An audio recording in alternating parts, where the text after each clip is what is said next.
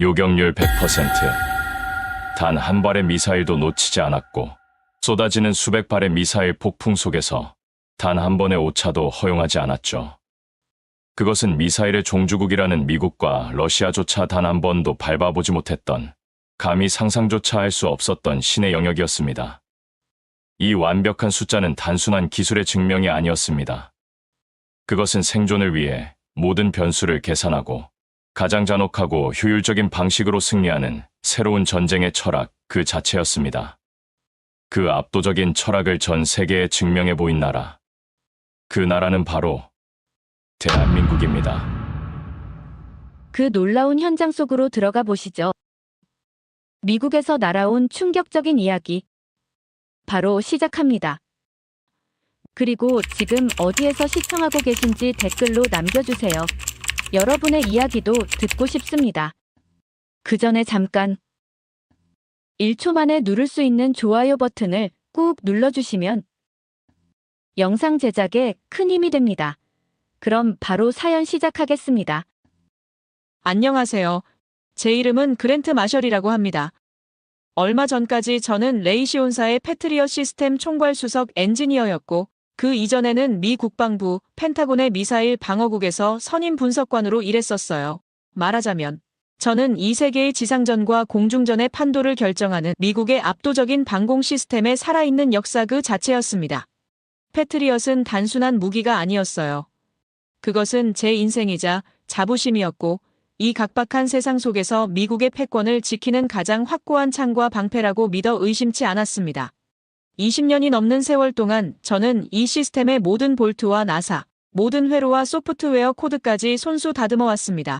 걸프전에서의 스커드 미사일 요격 성공, 이라크 자유작전에서의 완벽한 방공망 구축, 그리고 수많은 동맹국들이 패트리엇을 도입하며 미국의 군사기술의 경의를 표하는 모습까지, 이 모든 것이 제가 평생을 바쳐 이룩한 업적이었습니다. 패트리엇 한 발의 가격이 400만 달러에서 600만 달러에 이른다는 사실을 두고 일부에서는 과도한 비용이라고 지적하기도 했어요. 하지만 저는 그런 비판들을 항상 한마디로 일축했습니다. 미국과 동맹국의 생명을 지키는 데 드는 비용을 어떻게 돈으로 계산할 수 있겠느냐고 말입니다. 실제로 패트리엇은 그 값어치를 충분히 해냈습니다. 나토 표준 시스템으로 채택되었고 일본과 독일, 이스라엘까지 앞다투어 도입했죠. 이것이야말로 미국 군사기술력의 정점이었고 저는 그 중심에 서 있었습니다. 하지만 지금 2025년 7월에 워싱턴 DC 제 개인 서재에서 쓰고 있는 이 보고서는 한 인간의 오만한 신념이 어떻게 처참하게 무너져 내렸는지에 대한 고백록이나 다름없습니다. 이스라엘 사태 분석 및 패트리엇 시스템의 미래라는 거창한 제목을 달고 있지만 사실 이건 저의 완벽한 패배를 인정하는 기록이니까요. 모든 것은 그 운명적인 날 이스라엘 텔아비브의 최첨단 방공 지휘 통제소에서 시작됐습니다. 당시 이란과의 전운이 최고조에 달했던 그곳의 공기는 쇳가루가 날리는 듯 무겁고 건조했어요. 지하 30m 깊이에 자리한 그 벙커는 마치 거대한 두뇌처럼 수백 개의 모니터와 통신 장비들로 가득했습니다. 이스라엘 방공사령부의 핵심 인사들이 모두 모인 자리였고 그들의 얼굴에는 깊은 우려가 드리워져 있었어요. 저는 이스라엘 군 수뇌부의 불안을 잠재우기 위해 그 자리에 있었습니다. 마이크 앞에 선 저는 수십 년간 축적된 실전 데이터와 천문학적인 예산이 투입된 패트리엇은 단순한 무기 체계가 아닌 하나의 예술 작품과도 같다고 자신만만하게 설명했어요. 패트리엇의 이중 추진 체계, 정밀한 유도 시스템, 그리고 무엇보다 실전에서 검증된 신뢰성에 대해 1시간 가까이 열변을 토했습니다. 바로 그때였습니다. 이스라엘 정보장교 한 명이 아주 조심스럽게 극비 문서철 하나를 내밀었습니다. 거기에는 아랍에미리트에서 운용 중이라는 한반도의 신흥 무기 강국에서 제작한 방공 시스템 천공투의 운용 데이터가 담겨 있었어요. 그는 이 시스템 역시 대안이 될 수 있지 않겠느냐는 의견을 조심스럽게 덧붙였습니다. 그 순간 제 속에서 뜨거운 무언가가 치밀어 오르는 것을 느꼈습니다. 감히 태평양 건너편의 분단 국가에서 만든 이름조차 생소한 무기를 제 평생의 역작인 패트리엇에 비견하다니, 이건 모욕이나 다름없었습니다. 저는 그 자리에서 그런 실전 경험이 부족한 미완성 시제품은 논할 가치조차 없다고, 우리가 지금 다루는 것은 한 국가의 생존이 걸린 문제이지 검증되지 않은 실험용 장비가 아니라고 단호하게 일축해버렸습니다. 그때까지만 해도 저는 몰랐어요. 제가 한때는 미완성품이라 무시했던 그 이름이 머지않아 제 모든 것을 뒤흔들고 전대미문의 충격을 안겨줄 중요한 열쇠가 될 줄은 말입니다. 보고서를 이어갈수록 신경이 쓰였던 것은 데이터의 배신, 계산 불가능했던 변수입니다. 자료를 쓰는 지금도 모니터를 내려다보는 제 손이 미세하게 떨리고 있어요. 그날의 충격은 여전히 제 온몸의 신경을 곤두세우고 있습니다. 그 운명적인 새벽, 이란의 1차 공습이 시작되던 그 순간을 저는 결코 잊을 수 없습니다. 새벽 4시 10분, 지휘 통제소의 모든 스크린이 붉게 전멸했고 수백 개의 적성 미사일이 이스라엘의 심장을 향해 날아들고 있었어요. 레이더 화면에는 마치 붉은 별처럼 반짝이는 점들이 물결처럼 몰려오고 있었습니다. 통제실 안의 긴장감은 극에 달했고 모든 요원들이 숨을 죽인 채 스크린을 응시했습니다. 처음에는 모든 것이 제 예상대로였습니다. 패트리엇 포대가 불을 뿜었고 하늘을 가르는 하얀 연기줄기들이 적의 미사일들을 향해 치솟았어요. 스크린에는 표적, 무력화 완료라는 반가운 문구가 연달아 떠올랐습니다. 첫 번째 요격 성공, 두 번째 요격 성공, 세 번째 요격 성공. 통제소 안에는 안도의 한숨이 번졌고 저는 역시 내 작품은 완벽하다고 생각했어요. 패트리엇의 우수성을 다시 한번 확인하는 순간이었습니다. 20년간 쌓아온 기술력과 실전 경험이 이 순간을 위해 존재했던 것 같았어요. 이스라엘 지휘관들의 얼굴에도 희망의 빛이 돌기 시작했습니다. 저는 속으로 이란이 아무리 많은 미사일을 쏴대도 패트리엇 앞에서는 무의미하다고 생각했습니다. 하지만 이란은 그렇게 어리숙하지 않았습니다. 그들은 우리가 예상했던 것보다 훨씬 치밀하고 전략적이었어요. 곧이어 시작된 2차 공격은 이전과는 전혀 다른 아주 교활한 양상이었습니다. 먼저 스커드 같은 구형 탄도미사일들을 높은 고도로 쏘아 올려 우리의 요격 미사일을 소진하게 만들었습니다. 동시에 레이더망을 피해 지형 지물을 따라 낮은 고도로 침투하는 수십 발의 순항 미사일을 시간차로 쏟아부었어요. 이것은 우리가 시뮬레이션에서 계산해 본 적 없는 지독하고 영리한 변칙 전술이었습니다. 고고도와 저고도를 동시에 공략하면서 시간까지 분산시킨 복합 공격이었죠. 더욱 충격적인 것은 이란이 우리 패트리엇 시스템의 레이더 특성까지 정확히 분석해서 사각지대를 노렸다는 점이었습니다. 결국 패트리엇의 연산체계는 그 한계를 드러내고 말았어요. 동시다발적으로 쏟아지는 표적들 앞에서 시스템이 과부하에 걸렸고 추적용 레이더가 너무 많은 표적을 동시에 처리하려다 혼란을 일으켰습니다. 스크린에는 제가 가장 보고 싶지 않았던 추적 실패라는 절망적인 문구가 깜빡이기 시작했습니다. 그 순간 저는 깨달았어요. 패트리엇은 단일 표적이나 소규모 공격에는 완벽하지만 이런 포화 공격에는 구조적 한계가 있다는 것을 말입니다. 마치 둑이 터진 것처럼 붉은 점들이 우리의 방공망을 유유히 뚫고 지나갔고 잠시 후 텔아비브 시내 곳곳에서 거대한 화염이 치솟는 것이 위성화면에 잡혔습니다. 통제실은 순식간에 아비규환으로 변했습니다. 헤드셋 너머로는 알아들을 수 없는 비명과 절규가 뒤섞여 울려 퍼졌어요. 여기저기서 긴급 상황을 알리는 경보음이 울려댔고 요원들은 무전기를 붙들고 절망적인 목소리로 상황 보고를 하고 있었습니다. 저는 그저 멍하니 스크린만 바라볼 수밖에 없었습니다. 수십 년간 쌓아온 저의 모든 이론과 데이터가 이 잔혹한 실전 앞에서 단 몇 분 만에 휴지 조각이 되어버리는 순간이었습니다.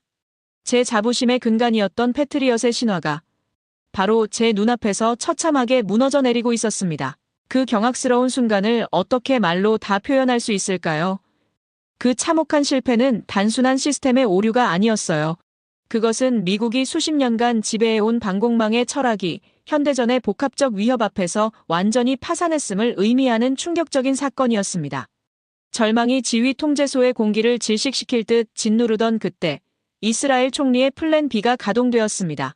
사실 저는 그것을 구원투수의 등판이 아니라 패트리엇의 실패를 공식적으로 인정하는 굴욕의 증거라고 생각했어요.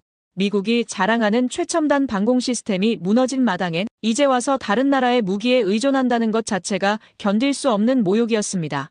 몇 시간 뒤 활주로에 내린 대형 수송기에서 등장한 것은 바로 한반도의 천공포대였습니다.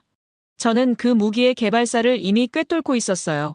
한때는 미국의 낡은 호크 미사일을 대체하기 위해 러시아의 기술을 빌려와 시작했고 예산 문제로 사업이 중단될 뻔한 위기까지 겪었던 말 그대로 근본을 알 수 없는 시스템이었습니다. 더욱이 2009년에는 북한의 무수단 미사일 위협 때문에 천궁블록 2 생산이 중단되고 패트리엇 팩3 MSE를 긴급 도입하려 했던 굴욕적인 역사까지 있었죠. 패트리엇처럼 거대한 트레일러에 끌려다니는 발사대와 여러 대로 나뉜 복잡한 레이더 시스템이 아니었어요. 그냥 군용 트럭 한 대에 발사대와 레이더가 전부 실려있는, 제 눈에는 너무나 단순하고 조잡해 보이는 모습이었습니다.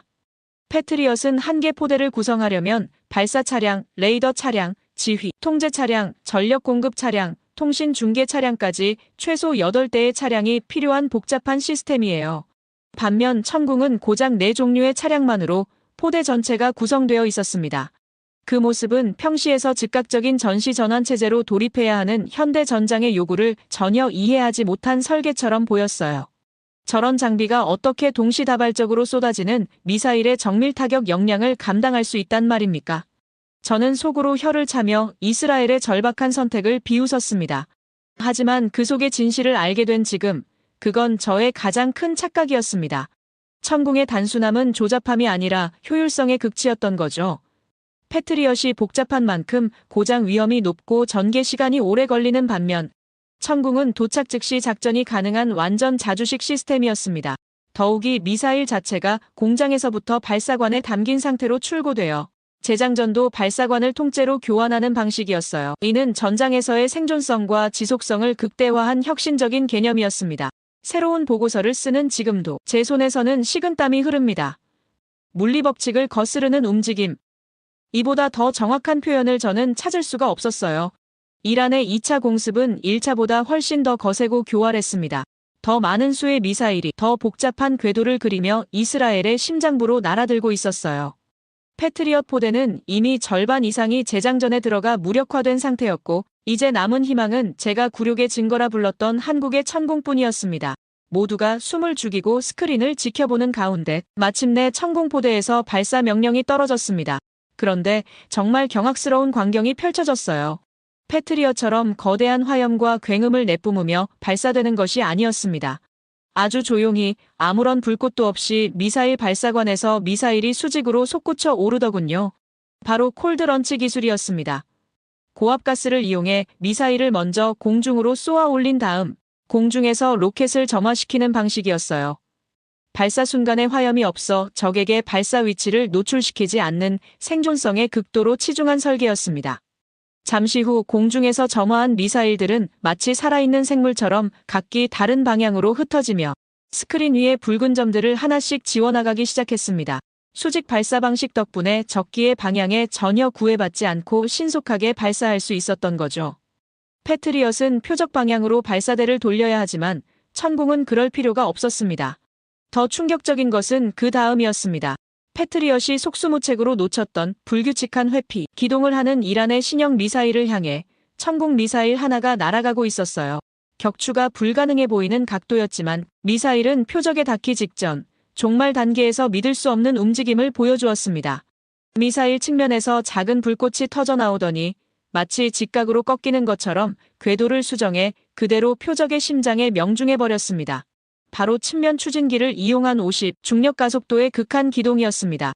이는 미사일 앞부분에 장착된 여러 개의 초소형 로켓 모터가 순간적으로 점화되어 미사일의 방향을 급격하게 바꾸는 기술이었어요. 마치 공중에서 급브레이크를 밟고 핸들을 꺾는 것과 같은 동작이었습니다. 지휘 통제소 안에 모든 이들이 입을 다물지 못했어요. 저 역시 마찬가지였습니다. 제가 평생 배워온 항공역학과 물리학의 모든 상식이 바로 제 눈앞에서 산산조각 나고 있었으니까요.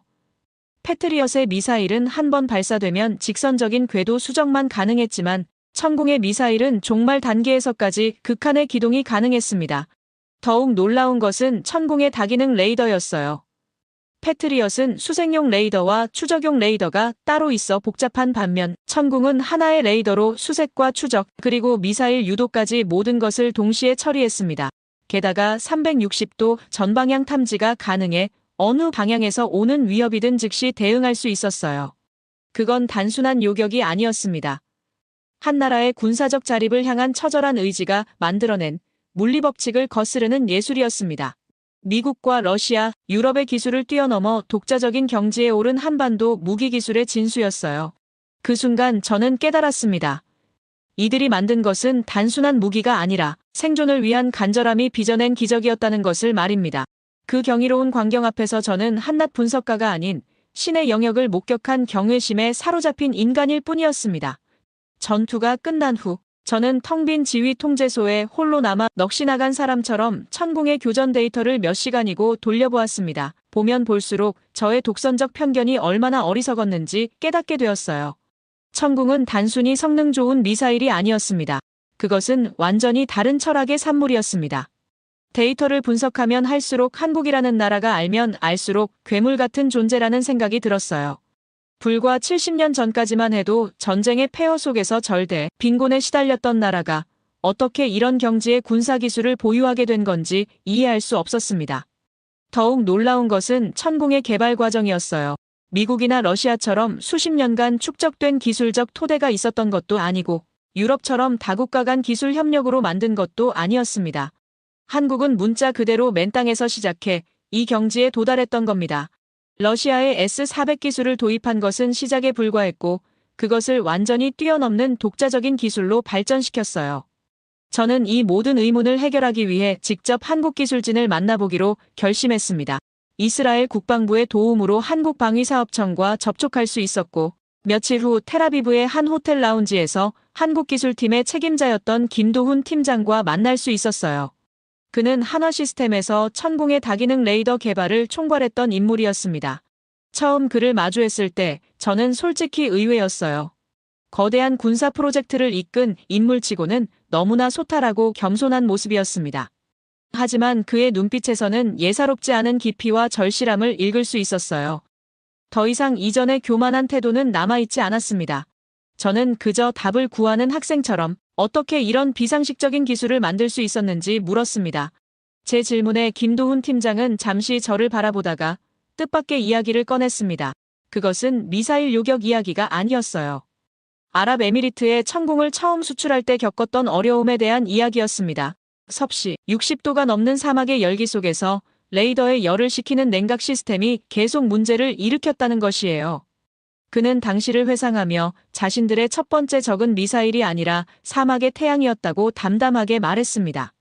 한국의 온대기후에서는 완벽하게 작동하던 시스템이 중동의 극한 환경에서는 무용지물이 되어버렸다는 거죠.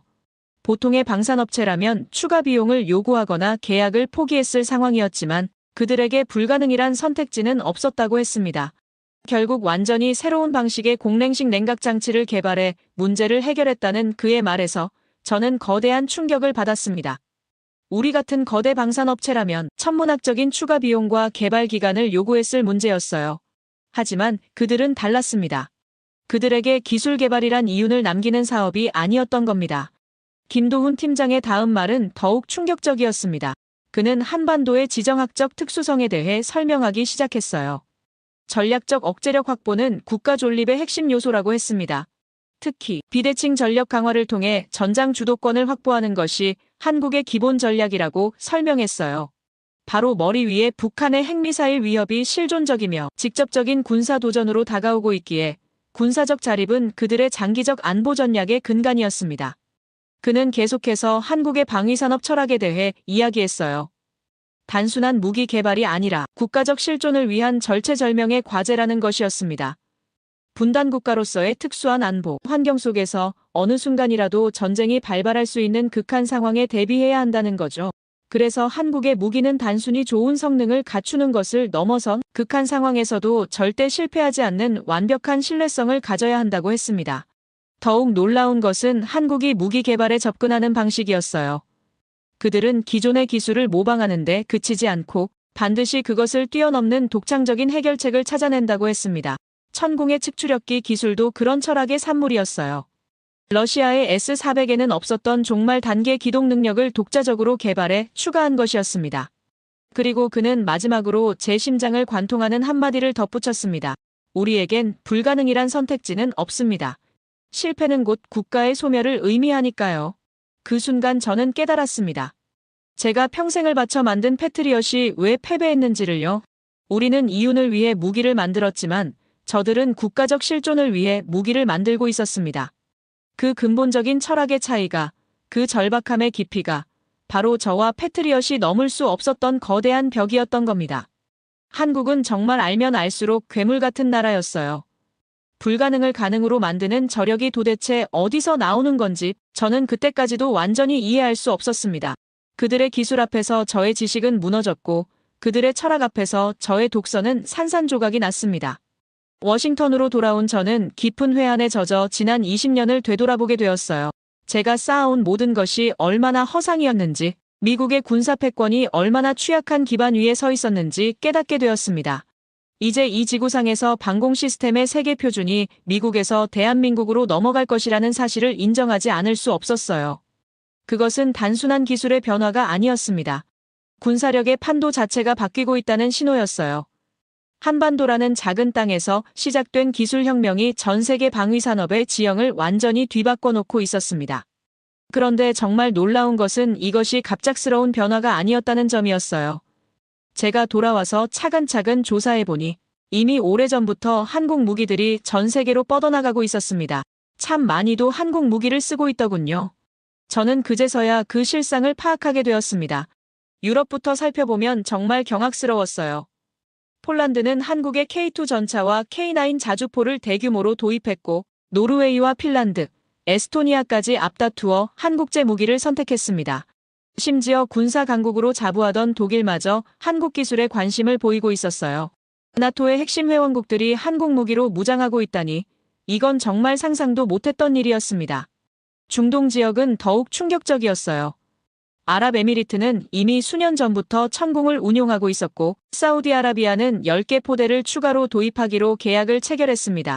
이라크와 이집트마저 한국 방공 시스템에 눈독을 들이고 있었어요. 과거 미국 무기의 독점 시장이었던 중동이 한국제로 바뀌고 있다는 것은 정말 믿기 어려운 현실이었습니다. 아시아 태평양 지역도 마찬가지였어요. 호주는 한국의 레드백 장갑차와 헌츠맨 자주포를 대량 도입했고 인도네시아와 말레이시아도 한국 무기에 큰 관심을 보이고 있었습니다. 심지어 인도까지도 한국의 K9 자주포를 도입 검토하고 있다는 소식이었어요. 미국이 전통적으로 영향력을 행사하던 지역마저 한국 무기로 채워지고 있었던 겁니다. 더욱 놀라운 것은 한국 무기들의 가격 경쟁력이었어요.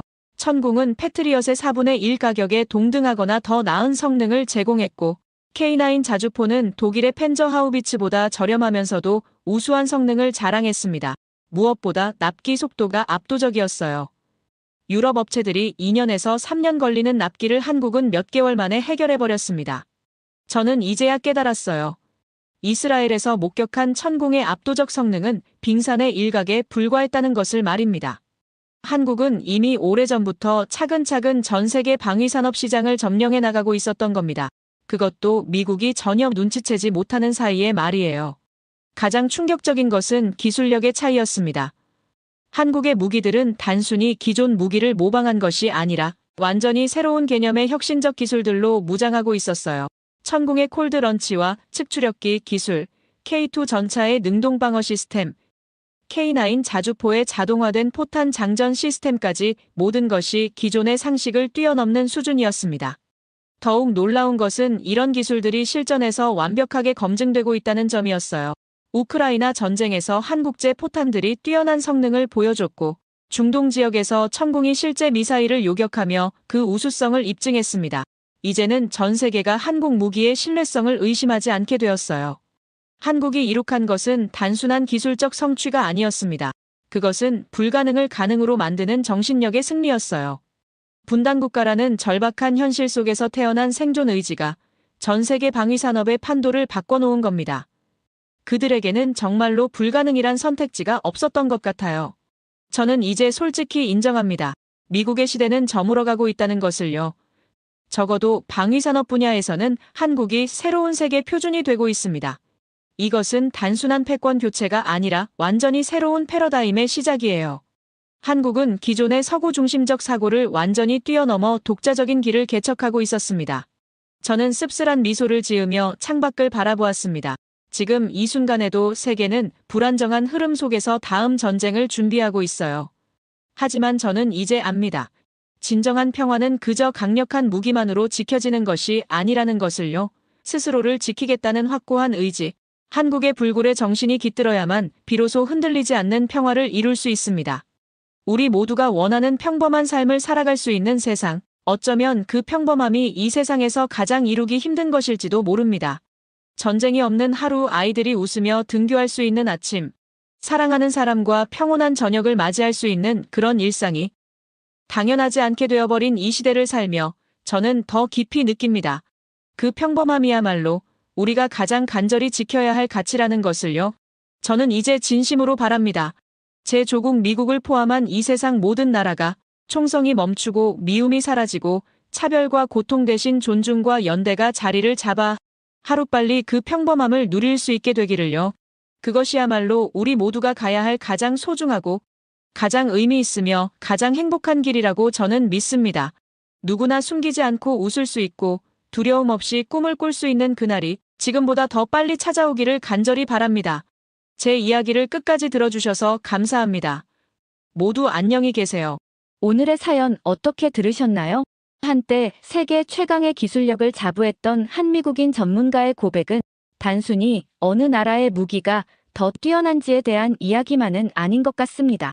오늘날처럼 복잡하고 불안한 세상에서 한 나라의 진짜 힘은 과연 어디에서 나오는 걸까요?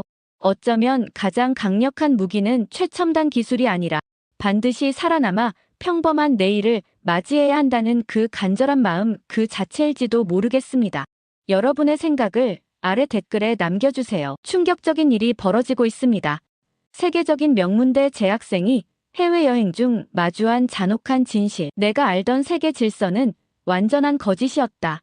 입국장에서 시작된 신분의 역전 속에서 그녀는 일반 심사대에서 지옥 같은 시간을 보내는 동안 특별 대우받는 이들을 보며 정체성의 혼란에 빠졌다고 하는데요. 세 나라의 피가 흐르는 그녀가 경험한 충격의 연속, 그리고 고뇌 끝에 내린 예상치 못한 선택을 사연을 통하여 알아가 보도록 하겠습니다.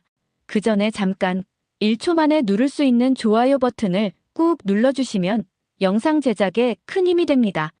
그럼 바로 사연 시작하겠습니다. 안녕하세요. 저는 그레이스 로젠이라고 합니다. 22살 스탠포드 대학교 경제학과 학생이에요. 저는 미국 국적을 가진 것에 언제나 자부심을 느끼며 살아왔는데요. 영어의 힘이라는 것이 얼마나 대단한지 어릴 때부터 느껴왔습니다. 전 세계 어디를 가든 영어만 할 줄 알면 통하니까요. 사실 제 부모님은 미국인이 아니에요. 어머니는 한국인이고 아버지는 중국인이시죠. 저희 부모님은 제게 각자의 모국어인 한국어와 중국어를 가르치려고 정말 애쓰셨지만 결국 저는 미국 문화에 더 깊이 동화되어 버렸어요. 제가 미국 시민권을 갖게 된 과정에는 제 부모님의 치열한 노력이 숨겨진 비밀처럼 담겨 있습니다. 한국인 어머니와 중국인 아버지는 각각 하버드 대학원에서 유학 중에 만나셨어요. 두 분 다 학업에 뛰어난 성적을 거두며 미국 기업에 취직하셨고 그린카드를 받으셨죠. 결혼 후 미국 시민권을 취득하시고 보스턴에서 저를 낳으셨습니다.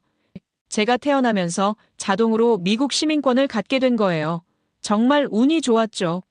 현재 어머니는 글로벌 마케팅 전문가로 세계적인 브랜드의 아시아 진출 전략을 담당하시고 아버지는 급속도로 성장하는 실리콘밸리의 IT 기업에서 소프트웨어 개발자로 일하십니다. 두 분 다 직장에서 앞다투어 성공하며 바쁘게 지내셨기에 저는 어린 시절부터 독립적인 성격으로 자랐습니다. 부모님의 잦은 아시아 출장이 있었지만 저는 어릴 때 몇 번 따라가 본 기억이 잘 나지 않아요. 사실 긴 비행 시간 때문에 그냥 미국에 있는 것이 더 좋았거든요. 그레이시, 너는 새 나라의 피를 물려받은 특별한 아이야. 언젠가 이 다양한 배경이 큰 자산이 될 거야 라고 어머니는 자주 말씀하셨지만 솔직히 저는 그 말의 의미를 제대로 이해하지 못했습니다. 친구들과 어울리며 미국 중고등학교를 다니는 동안 저는 그저 평범한 미국인으로 살고 싶었어요. 유창한 영어와 미국적인 라이프 스타일에 익숙해지면서 부모님의 문화적 뿌리는 점점 저에게서 멀어져 갔습니다. 대학 입학 후에도 저는 제 아시아 배경에 큰 의문을 품지 않았어요. 그러다 스탠포드 대학교 3학년이 되었을 때 교환학생 프로그램에 지원할 기회가 생겼고 큰 기대감을 안고 아버지의 고향인 중국 베이징 대학을 선택했어요. 그건 어쩌면 제 안에 깊이 묻혀있던 정체성에 대한 호기심이었는지도 모릅니다. 한국보다는 중국이 경제적으로 더 강하고 미래가 있다고 생각했기에 중국어를 배우는 것이 더 실용적이라 판단했어요. 그렇게 저는 처음으로 홀로 아시아로 떠나게 되었고 그곳에서의 경험이 제 인생의 방향을 완전히 바꿔놓을 줄은 상상도 못했습니다. 베이징으로 떠나기 전 마지막으로 어머니가 해주신 말씀이 아직도 귓가에 맴돌아요. 그레이시, 내 뿌리의 흔적을 찾아보렴. 내가 누구인지 알아가는 여정이 될 거야. 당시에는 그저 부모님의 과한 기대라고만 생각했는데 나중에 그 말씀이 얼마나 예언적이었는지 깨닫게 되었습니다. 중국의 발전된 인프라와 경제 성장에 대한 이야기를 많이 들어왔기에 저는 충격과 경악을 안겨줄 수학의 시간이 기다리고 있을 거라고 기대했어요. 하지만 현실은 제가 상상했던 것과는 많이 달랐습니다. 가을이 시작된 9월의 어느 화창한 날, 저는 샌프란시스코 국제공항에서 베이징 서우두 국제공항으로 향하는 비행기에 올랐어요. 아버지가 휴가 기간이라 직접 공항까지 배웅해 주셨죠. 아버지는 제 여권과 티켓을 마지막으로 확인하며 중국에서 좋은 추억 많이 만들고 오라고 말씀하셨어요. 사실 아버지도 중국을 떠난 지 오래돼요. 지금의 중국이 어떤지 잘 모르시는 것 같았어요. 어머니는 중요한 마케팅 프로젝트로 바빠서 함께하지 못했지만 전화로 꼭 조심하라고 당부하셨죠. 베이징 대학교에서 공부하게 될 생각에 가슴이 설렜어요.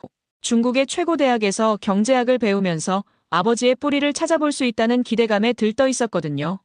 비행기 안에서 중국어 교재를 펼쳐들고 기본적인 인사말을 연습하기도 했답니다. 긴 비행 끝에 베이징에 도착했을 때 서우두 공항은 분명 규모가 컸지만 샌프란시스코 공항과 비교해도 그렇게 좋지 않은 여건이었거든요.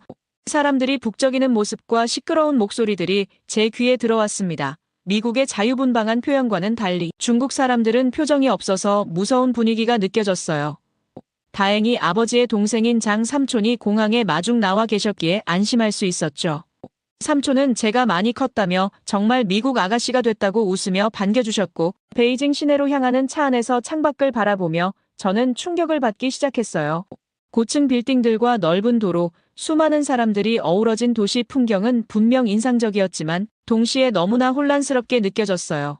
특히 도로변에 쌓인 쓰레기들과 무질서하게 주차된 자전거들이 눈에 띄었습니다.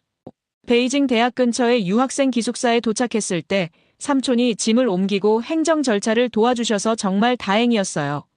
중국어로 된 서류들을 이해하기 힘들었거든요. 기숙사 방은 생각보다 작고 단출했지만 창문 너머로 캠퍼스 전경이 보여서 그나마 위안이 되었습니다. 삼촌은 떠나기 전에 필요한 것이 있으면 언제든 연락하라며 주변 지리를 간단히 설명해 주셨어요. 그날 밤 저는 인터넷에 연결하려다 두 번째 충격을 받았는데 유튜브, 인스타그램, 페이스북 같은 제가 항상 사용하던 소셜미디어 앱들이 모두 접속이 되지 않았거든요. 중국의 인터넷 폐쇄성에 대해 들어본 적은 있었지만 실제로 경험하니 답답함이 밀려왔어요. 이건 정말 난리난 상황이라고 생각했습니다. 다음 날 삼촌이 추천해주신 근처 식당에 가보았는데 그곳에서 본 중국의 일상은 제가 상상했던 것과 달랐어요. 화려한 고급 식당과 허름한 길거리, 음식점이 공존하는 모습에서 심각한 빈부격차를 느낄 수 있었죠. 특히 골목에서 만난 농민공들의 고단한 표정은 중국의 경제, 성장 이면에 숨겨진 현실을 보여주는 것 같았어요. 정부가 모든 것을 통제하는 듯한 분위기도 저를 불편하게 했는데 거리마다 보이는 감시 카메라들, 공공장소에 붙은 표어들, 그리고 사람들이 정치적 주제를 이야기할 때 목소리를 낮추는 모습이 인상적이었죠. 미국에서는 당연시되던 표현의 자유가 여기서는 제한받고 있다는 사실이 저를 혼란스럽게 했어요. 베이징 대학에서의 수업이 시작되고 저는 더 큰 문화적 충격을 경험했는데 중국 학생들, 특히 리샤오메이라는 여학생은 저를 보며 바나나라고 불렀어요. 겉은 노랗고 속은 하얀, 즉 아시아인의 외모를 가졌지만 내면은 서양인이라는 뜻이었죠. 더 충격적이었던 것은 수업 중에 들었던 미국에 대한 비판적인 견해들이었어요. 많은 중국 학생들이 미국의 패권주의를 비난하며 중국의 위대함을 강조했어요. 서구의 시대는 끝났고 이제는 중국의 색이라는 주장을 들었을 때 저는 심장이 빠르게 뛰는 것을 느꼈어요. 미국인으로서의 제 정체성이 도전받는 기분이었습니다. 하룻밤 기숙사 방에서 저는 창밖을 바라보며 깊은 생각에 잠겼어요. 지금까지 믿어왔던 미국의 위대함과 여기서 경험하는 중국의 현실 사이에서 혼란스러웠습니다. 어떤 나라가 옳고 어떤 나라가 그른지의 문제가 아니라 각각의 사회가 가진 장단점이 있다는 것을 조금씩 깨닫기 시작했죠. 기대했던 중국에서의 생활은 점점 더 어려워졌고 저는 홀로 이런 복잡한 감정을 헤쳐나가야 했어요. 어느 날 저녁 어머니와 화상통화를 하면서 제 힘든 학교 생활을 털어놓았습니다. 엄마, 여기서는 내가 완전히 이방인 같아요. 그리고 인터넷도 막혀 있어서 답답해 죽겠어요. 어머니는 이해한다는 듯 고개를 끄덕이셨어요. 대화 중에 문득 궁금증이 생겼는데 중국이 이 정도인데 한국은 어떨까요? 어머니의 얼굴이 환해지면서 한국을 방문해보라고 권하셨어요. 방학이 시작되면 서울에 있는 이모를 만나볼 수 있을 거야. 여권만 있으면 비자 없이도 갈 수 있어. 어머니의 말씀에 제 미국 여권에 대해 생각해 보았습니다. 중국에서 본 다른 미국인들과 한국인들의 여행 경험 이야기도 들려왔고요. 그렇게 중간고사 기간이 끝나고 방학이 시작되면서 저는 충동적인 결정을 내렸습니다. 어머니의 고향인 한국을 방문하기로 한 것이었어요. 베이징에서 인천국제공항으로 향하는 비행기 안에서 저는 묘한 설렘을 느꼈습니다. 어머니의 고향인 한국에 대해 들은 이야기는 많았지만 실제로 방문해 본 적은 없다고 생각했거든요. 나중에 어머니에게 확인해 보니 사실 어릴 때 한 번 와봤다고 해요. 부모님과 함께 왔던 사진도 있지만 저는 전혀 기억이 나지 않았습니다. 아버지의 고향인 중국에서 느꼈던 실망감이 한국에서도 반복될까 하는 우려도 있었지만 어쩐지 이번에는 다를 것 같다는 기대감이 더 컸어요. 4시간여의 비행 끝에 인천국제공항에 도착했을 때 느꼈던 첫 충격은 공항의 깔끔함과 효율성이었습니다. 중국 공항에서 경험했던 혼잡함과는 완전히 달랐죠. 모든 것이 질서정연하게 움직이고 있었고 공항 곳곳에 설치된 첨단 기술들이 눈에 띄었어요. 특히 자동화 시스템이 잘 되어 있어서 출입국 절차가 놀라울 정도로 빠르게 진행되었습니다. 경제대국이라는 중국보다 훨씬 한국이 경제대국 같다는 생각이 들었어요. 입국 심사대에서 미국 여권을 내밀었을 때 제 앞에 있던 한국 여권을 가진 사람들이 특별한 게이트로 빠르게 통과하는 모습이 눈에 들어왔는데 그들은 단지 여권을 기계에 스캔하고 지문 인식만 하면 되었던 반면 저는 심사관에게 방문 목적과 기간을 설명해야 했죠. 그 순간 여권의 힘이라는 게 실제로 존재한다는 걸 처음으로 체감했지만 그럼에도 불구하고 미국 여권 소지자로서 한국 입국은 상당히 수월했어요. 중국에서 외국인들이 겪는 복잡한 절차와는 비교할 수 없을 정도였죠. 공항 도착장에는 어머니의 조카인 백유진 사촌 언니가 마중 나와 있었어요.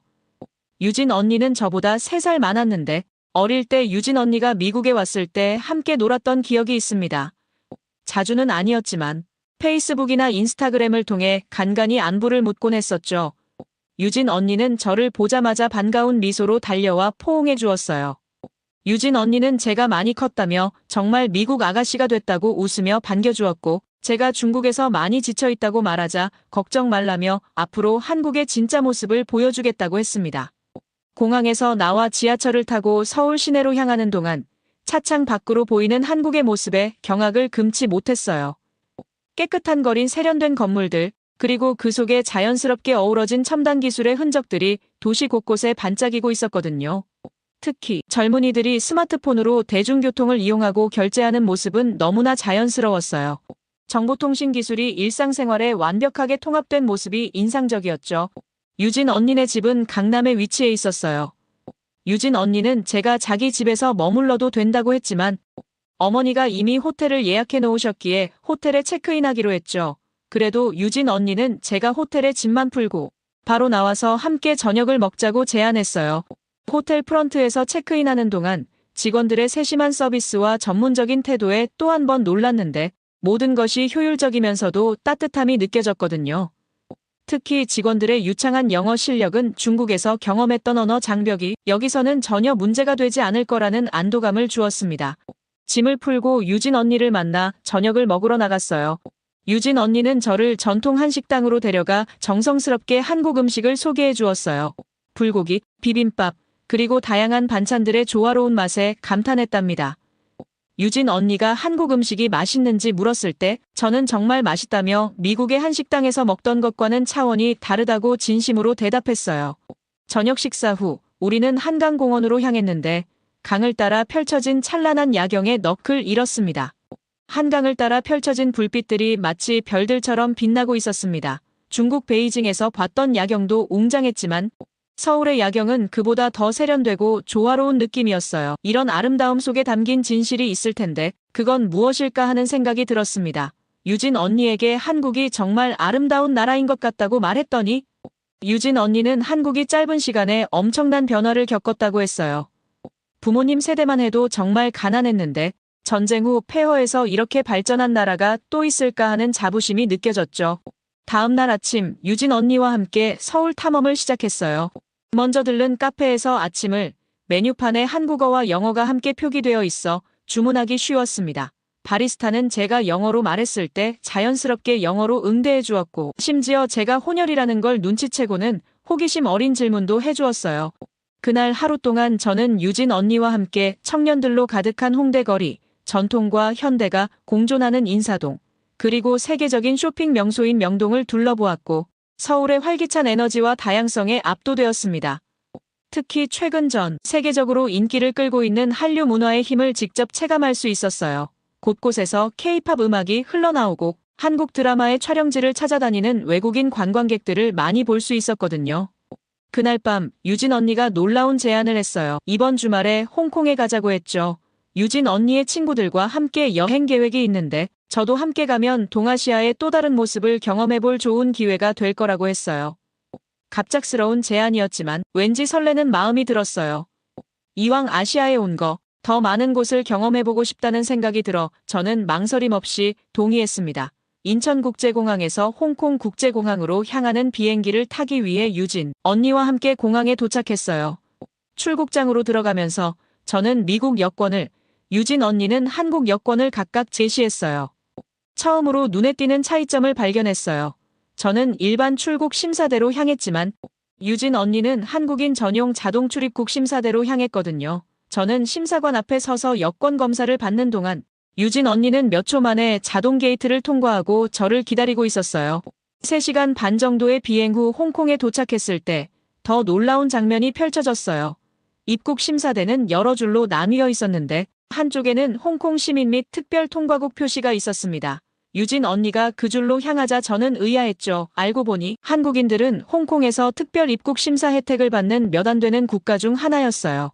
저는 외국인 일반 심사대에 줄을 서야 했고 거의 30분을 기다려야 했던 반면 유진 언니는 5분도 안 되어 통과했습니다.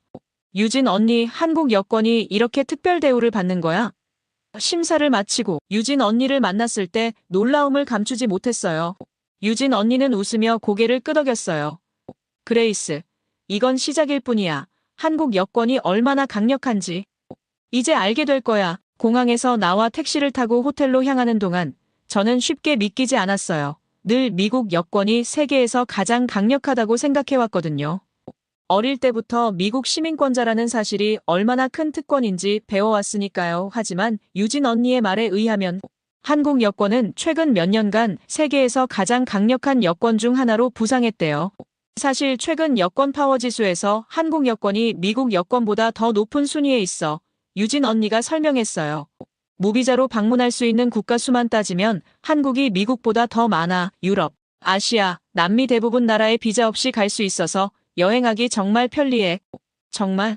그럼 한국 여권으로 몇 개국을 무비자로 갈 수 있는데? 궁금증이 커졌어요. 거의 190개국 정도야. 미국은 180개국 정도로 알고 있어. 유진 언니의 대답에 깜짝 놀랐어요. 호텔에 체크인한 후 저는 바로 노트북을 켜고 한국 여권과 미국 여권의 차이점을 검색해보기 시작했는데 정말로 헨리 여권 지수라는 세계적인 여권 순위에서 한국이 미국보다 높은 순위를 차지하고 있었습니다. 더구나 한국은 짧은 시간 안에 이런 성과를 이루었다는 사실이 더 놀라웠죠. 50년 전만 해도 한국 여권으로 해외여행을 하는 것은 쉽지 않았다고 해요. 알면 알수록 한국은 대단한 나라는 걸 새삼 느꼈습니다. 다음 날 아침 우리는 홍콩 섬을 둘러보기로 했어요. 빅토리아 피크에 올라 홍콩의 아름다운 스카이라인을 감상하면서 저는 유진 언니에게 더 많은 질문을 던졌습니다. 한국 여권의 위상이 이렇게 높아진 이유가 뭐라고 생각해? 유진 언니는 잠시 생각하더니 대답했어요.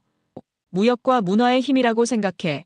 한국은 수출 중심 경제로 전 세계와 무역을 활발히 하고 있고 최근에는 K-팝, 한국 드라마 같은 문화 콘텐츠가 전 세계적으로 인기를 끌면서 한국의 국가 이미지가 많이 좋아졌어.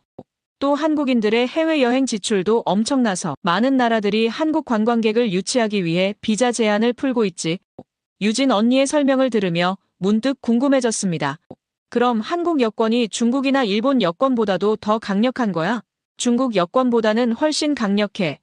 중국인들은 아직도 많은 나라에 갈 때 비자를 받아야 하거든. 일본과는 비슷한 수준이지만 최근에는 한국이 일본을 앞서기도 했어. 우리가 베이징에서 만났을 때 내가 중국에서 겪은 어려움들, 그런 것들이 한국인들에게는 거의 없는 편이야. 저는 믿기지 않았습니다. 한국의 인구가 5천만 명 정도로 미국이나 중국에 비하면 훨씬 작은 나라인데 그런 나라의 여권이 이렇게 강력하다니 충격적이었죠. 호텔로 돌아와서도 저는 계속 이 주제에 대해 찾아보았습니다. 알고 보니 한국 여권의 힘은 단순히 무비자 국가 수뿐만이 아니었어요. 한국인들은 대부분의 나라에서 비자 신청 시 더 간소한 절차를 밟거나 도착 비자를 쉽게 받을 수 있고 심지어 일부 국가에서는 특별 입국 레인을 이용할 수 있다는 사실을 알게 되었죠. 그리고 가장 놀라운 것은 한국이 이런 위상을 단 몇십 년 만에 이루어냈다는 점이었어요. 그날 밤 침대에 누워 생각에 잠겼습니다. 미국인으로서의 제 정체성이 다시 한번 도전받는 기분이었죠. 미국이 여전히 강대국이기는 하지만 제가 생각했던 것처럼 모든 면에서 최고는 아니라는 사실을 받아들여야 했어요. 특히 부모님의 나라인 한국이 이런 면에서 미국을 앞서고 있다는 사실이 저에게는 더 큰 충격으로 다가왔죠. 이튿날 우리는 마카오의 대형 쇼핑몰로 향했어요. 그곳에서 또 다른 놀라운 광경을 목격했는데 많은 고급 브랜드 매장들이 한국어 서비스를 제공하고 있었고 심지어 일부 상점에서는 한국인 고객을 위한 특별 할인이나 혜택을 제공하고 있었어요. 한국 여권을 보여주시면 추가 할인해드립니다 라는 안내문이 여러 매장에 붙어 있었죠. 어째서 한국인들에게 이런 특별 대우를 해주는 거지? 저는 의아했어요. 한국인들이 해외에서 가장 많이 쇼핑하는 국가 중 하나라서 그래. 그리고 한국의 인플루언서들이 해외 여행 경험을 SNS에 공유하면서 더 많은 관광객들이 그 뒤를 따르거든. 일종의 마케팅 전략이야. 유진 언니가 설명해 주었어요. 그날 저녁 마카오에서 홍콩으로 돌아오는 페리에서 저는 창밖을 바라보며 깊은 생각에 잠겼어요. 한국의 이런 모습은 제가 지금까지 알고 있던 것과는 완전히 달랐어요. 중국에서 보았던 모습, 그리고 미국에서 가끔 들었던 아시아에 대한 이야기들과는 너무나 다른 현실이었죠. 특히 한국 여권의 힘은 단순히 숫자나 순위가 아니라 실제 여행에서 체감되는 현실적인 혜택과 존중으로 나타난다는 점이 인상적이었어요. 유진 언니는 제 생각을 눈치챘는지 물었어요. 그레이스, 뭐 생각하고 있어? 엄마의 한국 국적이 이렇게 대단한 것인지 몰랐어. 항상 미국 시민권이 최고라고 생각했는데 이제는 어떻게 생각해야 할지 모르겠어. 솔직한 마음을 털어놓았어요. 유진 언니는 따뜻한 미소를 지으며 제 어깨를 감싸 안았어요. 국적이 중요한 게 아니라 내가 누구인지가 중요한 거야. 그레이스는 미국인이면서 동시에 한국인이고 중국인의 피도 흐르고 있잖아. 그게 바로 너의 특별함이야. 그 순간 제 마음속에서 무언가가 확 풀리는 느낌이 들었어요. 지금까지 저는 미국인 정체성에만 집착해왔는데 이제는 제 안에 흐르는 다양한 문화적 배경이 오히려 큰 장점이 될 수 있다는 것을 깨닫기 시작했어요. 그리고 특히 한국에 대한 새로운 시각과 자부심이 생겨났죠. 홍콩에서의 충격적인 경험 이후 우리는 다시 한국으로 돌아왔어요. 인천국제공항에 도착했을 때 이번에는 공항을 바라보는 제 시선이 완전히 달라져 있었답니다. 처음 왔을 때도 깔끔하고 효율적이라고 느꼈지만 이제는 그 모든 것이 한국의 국제적 위상을 반영하는 것처럼 보였어요. 특히 자동 출입국 심사대를 이용하는 한국인들을 바라보는 제 마음에는 묘한 부러움이 생겨났습니다. 서울로 돌아오는 길에 저는 조용히 창밖을 바라보며 제 정체성에 대해 깊이 고민했어요. 지금까지 저는 그저 미국인이라고만 생각해왔습니다.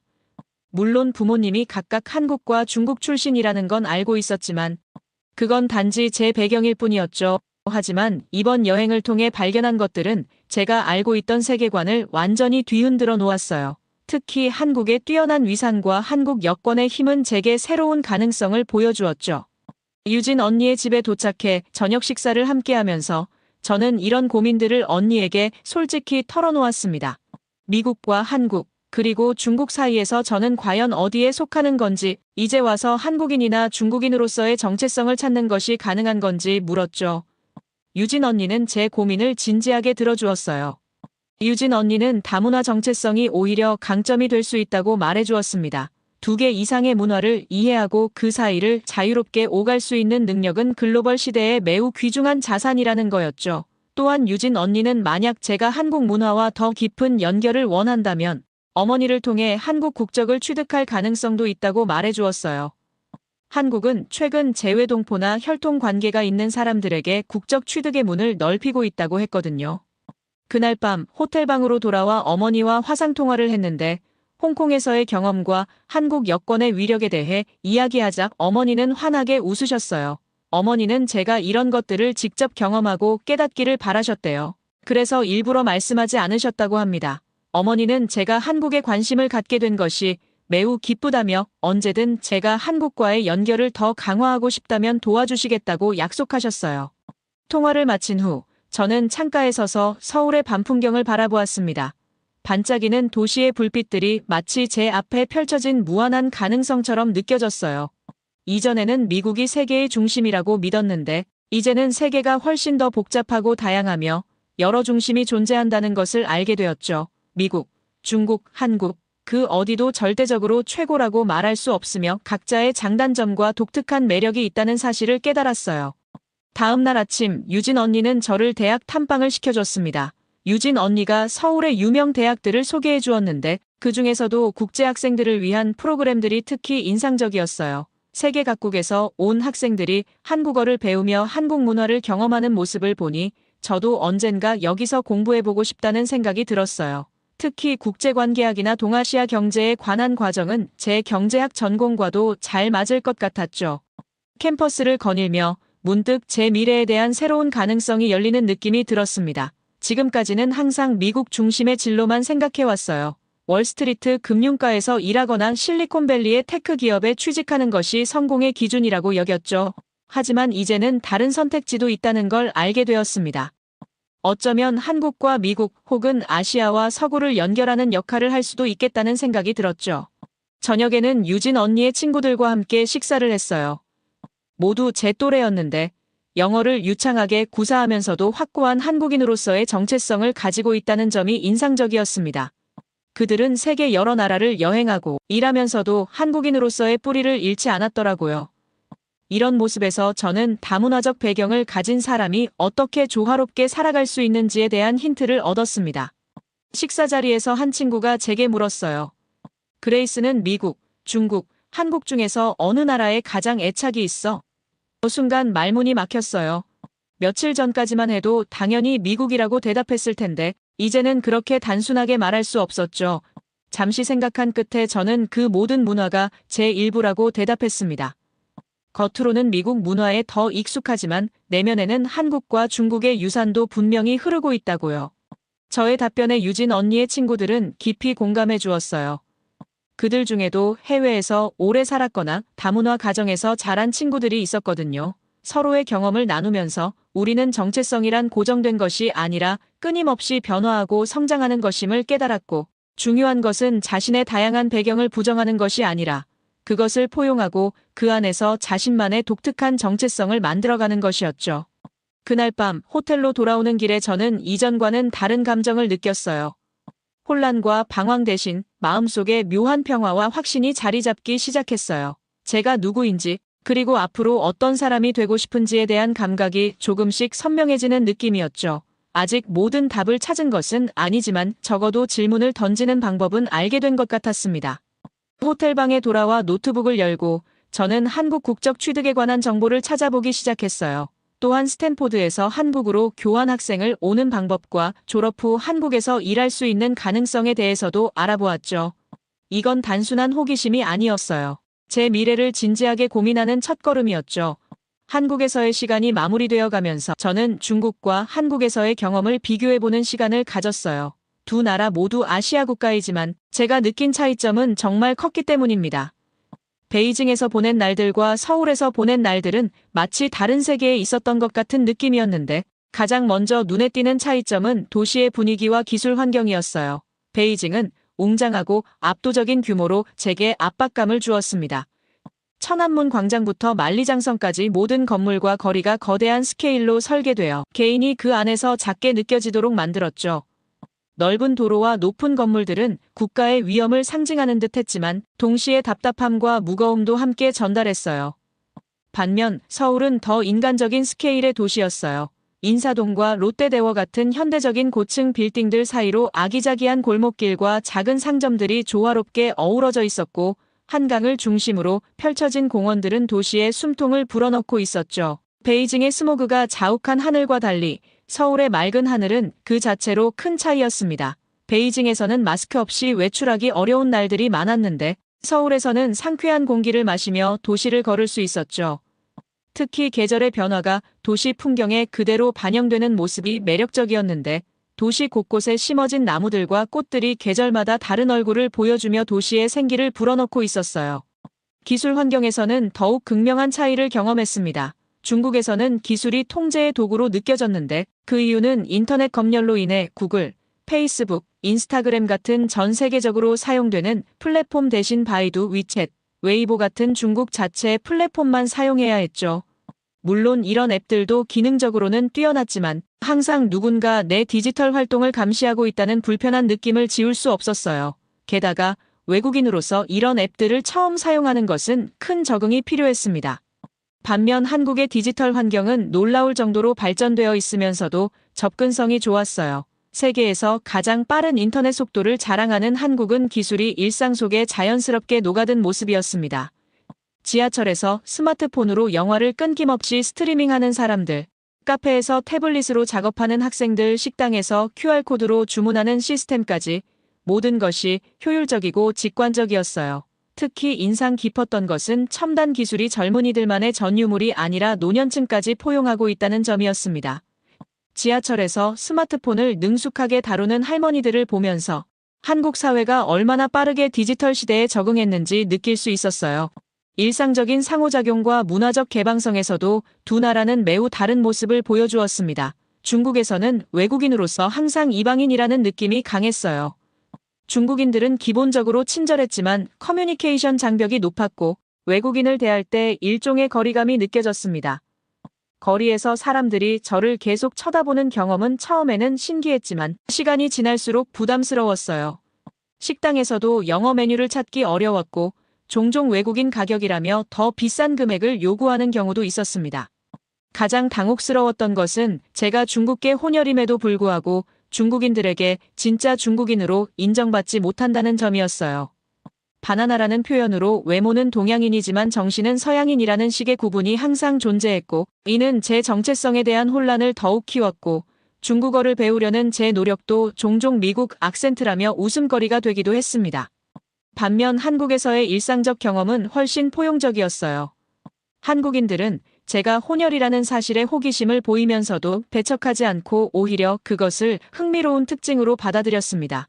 많은 사람들이 기본적인 영어로 소통하려 노력했고, 제가 서툰 한국어를 사용할 때도 격려해 주었어요. 식당, 카페, 상점에서 만난 직원들은 대부분 친절하고 인내심 있게 제 질문에 응대해 주었고, 가끔은 영어 메뉴나 안내문을 특별히 찾아주기도 했죠.